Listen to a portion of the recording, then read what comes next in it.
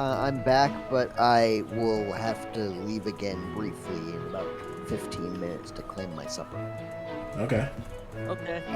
But Where was I then? Ah, right. The Jarl arc. This arc was interesting, because this is where we were introduced to Soba. Soba, the one-eyed guy? Yes, the god of deals. He is the patron god of the dwarves. In fact, it's why the dwarves named their kingdom after him. The thing with this guy is that even though he tried to stop Solaris before, he was incredibly bitter that nobody stood with him. And as a result, he was, Actually, it's interesting. He kind of he reminds me a lot of Spamton from Deltarune, in that he does a lot of deals, but it's very, very, very intimidating when you realize just how dark he is. It was a point that, yeah, typically Aria's with people is kind of coy with information and lets the party figure out some of it for himself.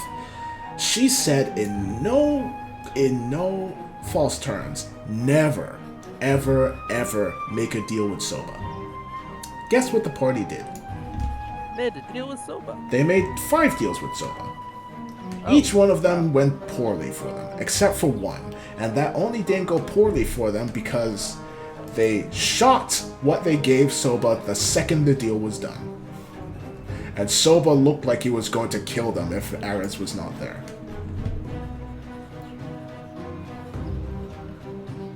okay. Yeah, somehow they managed to outsmart him, barely. But they gave him copies of their abilities as a result. And everybody was freaking out as a result because they're like, what the hell is Soba going to do with those? But either way, they were now in Sobania, and it was interesting for them because they were figuring out a brand new country that they had never been in before.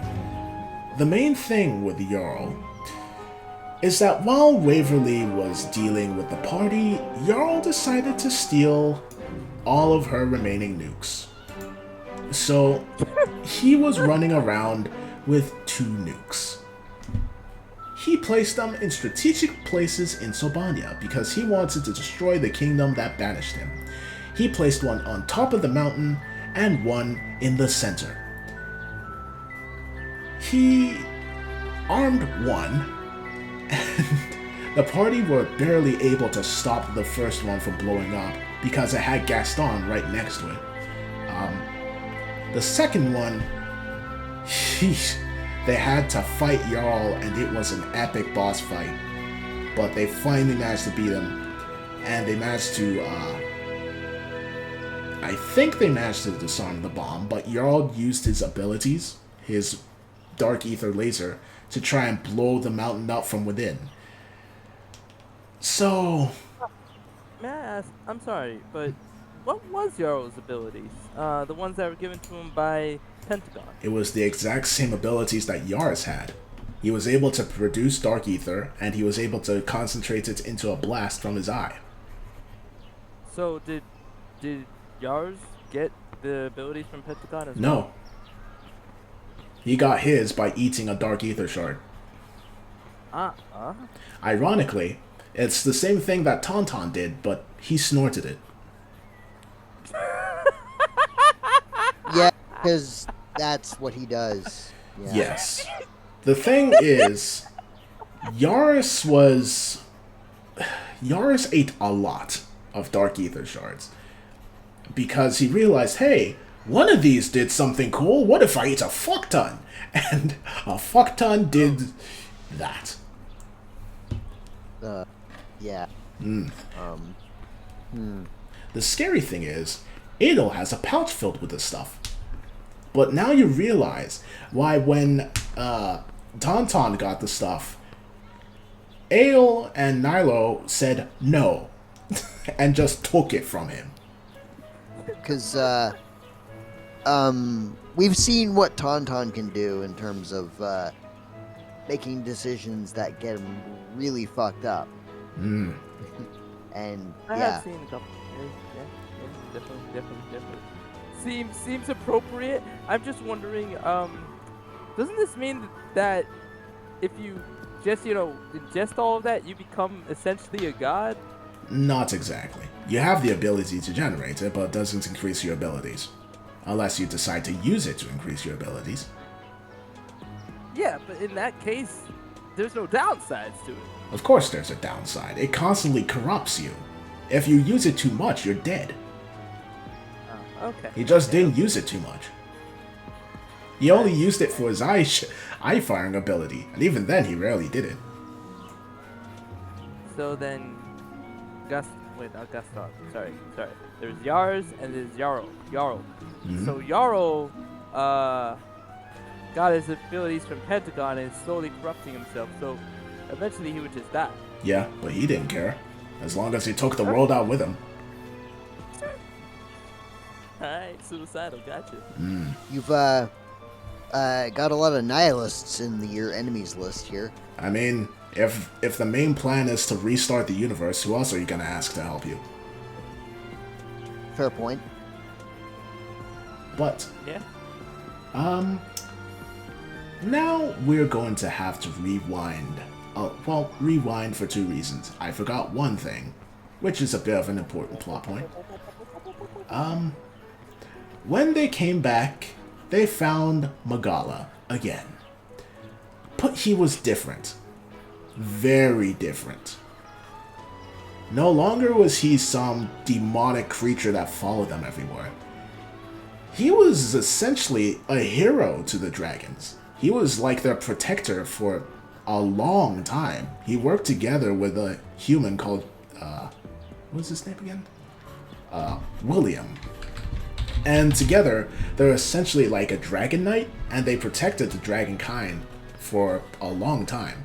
Even after William died, Magala was a very powerful fighter. He still had the ability to produce dark ether, like his alternate self, but because the dragons were not, extinctified, he had no anger within him. He was completely calm and at peace, and as a result, he was able to control the dark ether to a point that didn't really corrupt him. It was just like a gentle aura. He learned how to control it. And it was a shock to the party because he was now kind of like a trainer for the dragons and a protector in other ways too. Compared to his previous self, he was not at all. He wasn't as much of a fighter either. He was just like a peaceful emissary. So he got reincarnated into the literal opposite of what he was. Well, not really reincarnated. More like they changed his past, which changed him. Okay. But I thought he was dead. He was dead. So Magala from the old timeline went into the new timeline as an adult, but there was still the baby Magala in this timeline that was there as well. They killed the old adult Magala, but the baby Magala had no reason now to become adult Magala. So he became a different adult Magala. Okay, so baby learned how to be a good boy. Yeah. Aww. He didn't have any traumatizing backstory, so there was no reason for him to be edgy. And the party still killed. No, they didn't kill this one. That's good. If anything, the party became very good friends with this version of Magala. But to rewind further, and there is a reason for this, because it's kind of fitting. Remember when I mentioned Orion? Yes? I mean, way back when. Yeah, sure. So let's talk about Orion for a bit. Orion appeared in the universe, and he was alone. Even though he met other people, he was still alone. Because nobody remembered his home except for him. That is until he was contacted by Pentagon. Pentagon and the old universe still exist, kind of. The reason why the old universe still exists is because Pentagon will not let go. He is in control of all the dark ether that's there, and he is keeping it firm. He doesn't want that universe to end because he wants to keep his memories and his old life still alive somehow. It is why he is constantly obsessed with restarting the universe. Not because he doesn't want to die, but because he thinks if he restarts the universe, then it will go back to the way it was before, with his friends and the world being what it was. The chances of that are slim, but he doesn't care. It's better than nothing. Wow, that is... Destroy everybody's lives, who cares? Basically. As long as there's a chance. More or less. And he's willing to do it as many times as it takes until he gets his old life back and everybody is back to being a deva again and everything. So is that why Orion lived? No. Pentagon saved him? Orion just survived somehow. He was that tough. Oh, it's because of his power. Orion's... He is a pretty freaking strong dude. But Orion was originally Pentagon's very, very first priest. They had the plan to restart everything.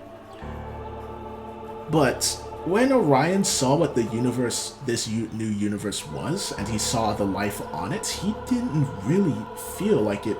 He didn't want it to restart. He thought, give this new life a chance. Let's see how they go. We did our mistakes, we fucked up. This place didn't do anything, let them live. The unfortunate thing is, all Pentagon needs to come into this universe and force restart it with his power is enough chaos. The chaos would form a crack into his universe for him to slip through. He's essentially an emissary of it. And the chaos doesn't have to just be in Aria. It can be anywhere in the universe. And Orion watched it happen. He saw that anywhere he went, chaos would end up happening.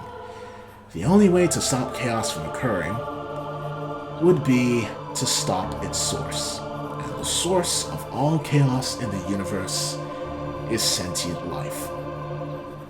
So, to save this universe, Orion would go to places, observe, and if he saw chaos was occurring, he would snuff out 95% of the life on the planet. Holy crap, this guy is a mass murdering, genocidal... Okay, I see. I'm scared. I don't like it. He hated it. He hated every part of it. But he felt if he didn't do it, the universe and everybody else in it would die. So he just did that for billions and billions and billions of years until he reached Gaia. He was going to do the exact same thing, but then Diablos did it for him. And he was completely shocked at this, and for once, he didn't have to go through with it. He had like a very, very rare moral and mental break. Not like breakdown, but like he was able to rest his soul and rest his mind, and he decided to stay. As he was staying, he ended up meeting an interesting woman called Valentine. And the two had a mixing, which ended up resulting in Valentine having a kid. Oh, God. The interesting thing was, Valentine, when hearing Orion's story, told him in no uncertain terms to shut the fuck up and do something about it. And so he did. He told Pentagon that if Pentagon continued with what he was doing, Orion would cut all contact with him, and even if Pentagon's plan would work, he would still be alone, because every single Deva would know what Pentagon would have to do to get back the old life, and he would be stuck alone, judged by everyone. So, they reached a compromise. Pentagon would only focus on Aria, because that was the place where it was essentially a fresh start. Any chaos that would occur in Aria, he would come out, as his plan, and Orion would be there just to observe, to make sure that if anything strange happened, he would report to Pentagon. That was his role. He was the 8th priest, and his role was to observe. So his power is that whenever he wanted to, people would simply forget he existed. And this went for everyone. So he did this to the party a lot. They actually met like in the first peacekeeping of the peace treaty, and he just made sure that they didn't nobody remembered he was even there. So the party didn't know he was there. He didn't let them even know he existed until they came back from the past. They ended up meeting up with him, and he revealed to them that he was the 8th priest and what his abilities were. And he just said he was just watching them. And the only time the party were really able to forget who he was is when they tried to mention it to other people. Every time they did, it's like, roll the constitution save, and the save was crazy high. And most of the time they failed it, and it's like, who was I talking about again? And it was kind of funny, but that was his thing. So, going forward to when Jarrel did this, just as Jarrel was about to blow up the mountain, Orion appeared and punched him so hard that the artificial island they were on just basically atomized. He almost broke. Yeah, it was just no wood, no anything. It was just gone. And the party was basically sent absolutely flying. The mountain itself almost got destroyed by one punch from Orion. And when the party was like, how strong are you and why did you help us? Orion just said, I think you're finally the ones to finally let him rest. And as for how strong he was, he didn't reply. But, yes. That was the end of the Jarrel saga. They discovered just how freaking strong Orion was. I'm impressed Orion isn't himself just destroying Pentagon's plans. Like, this man sounds capable enough to do so. Well, before we begin the next arc, I'm gonna briefly BRB. No worries. And to answer your thing, yeah, sure, he could probably, I don't know, go back to the David plane and beat the fuck out of Pentagon and stop it. But then what? What do you mean, then what? That's it! He lives! Things end! Pacified! Pacified how? Well, through death. Sure. He doesn't want to kill his friend, are you kidding me? But he's letting other people do it for him? No. He was observing everything the party did. They pacified every single one, except for Magala, but even then, they did sort of pacify him. Or the Jarrel, who just got punched to death. That wasn't them. That was Orion. Orion realized, even in the fight with Jarrel, they tried desperately to pacify him, and he just didn't listen. That's when Orion stepped in. Because he realized, hey, the party are good people, and Jarrel isn't listening. So I will stop this, so they can do what they need to do. And he just he reduced him to atoms with this punch alone. They never found the body. He punched him that hard. I can't tell if Orion's a good person anymore. If he's willing to kill someone, like, I understand the person is probably on his own rocker because, you know, he's doing his own crazy stuff. But if this is the case, then him not stopping Pentagon is literally familial feelings or friendly feelings, which, you know, I just can't accept. Like, you're willing to kill someone who's also off the rocker, but you won't kill someone because you're friends with them. No, screw you. You're a biased jerk. Ha. Yeah, I did write him to be a bit ambiguous. Whether or not he's a good person is entirely up to you. You could say, Okay. yeah, he's a horrible person because of everything that he did and everything that he allowed to happen. But you can also say, yeah, he's a good person because he did everything to save the universe. If he just stood by and did nothing, then the world would end.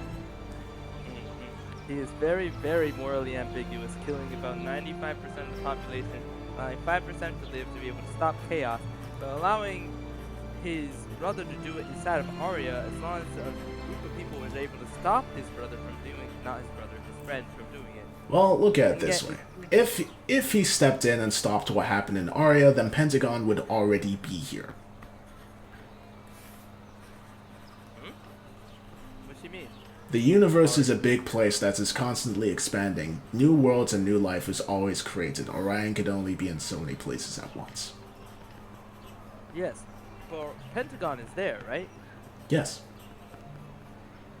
The only thing that Pentagon needs in order to enter this world is chaos. Enough chaos allows him to bridge the gap. Enough chaos anywhere. Remember, the Deva didn't live on a planet. They lived in the universe. Anywhere in the universe with enough chaos would be good enough for him.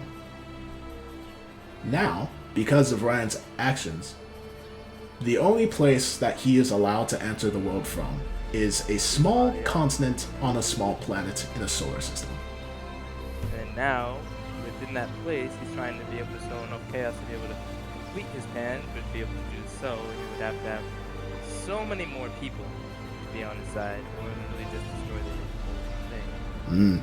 That would be impossible, because you would have to do it within a world that Well, have 90% of the population. it is, well, remember, Diablos did kinda end the chaos herself by decimating the major big player species. Well, I mean, technically that didn't happen anymore because of the timeline loop. Yes. Does that mean Diablo's good now? Diablos is also an interesting character who is meant to be ambiguous. But I mean, like, now, is she would still be alive in this case. Who knows? How does Diablos know who those people are even though she never met them and they're from the future?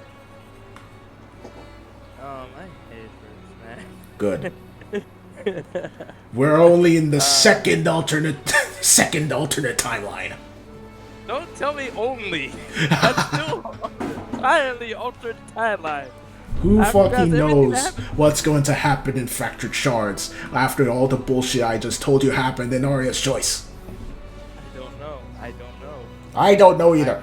I literally have a shard of the previous campaign's MacGuffin.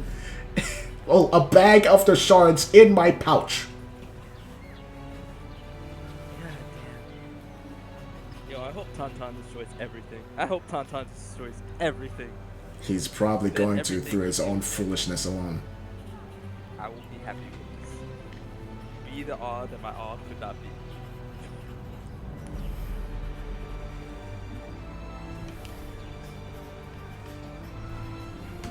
Okay, in general, I think I grasped the concept of everything.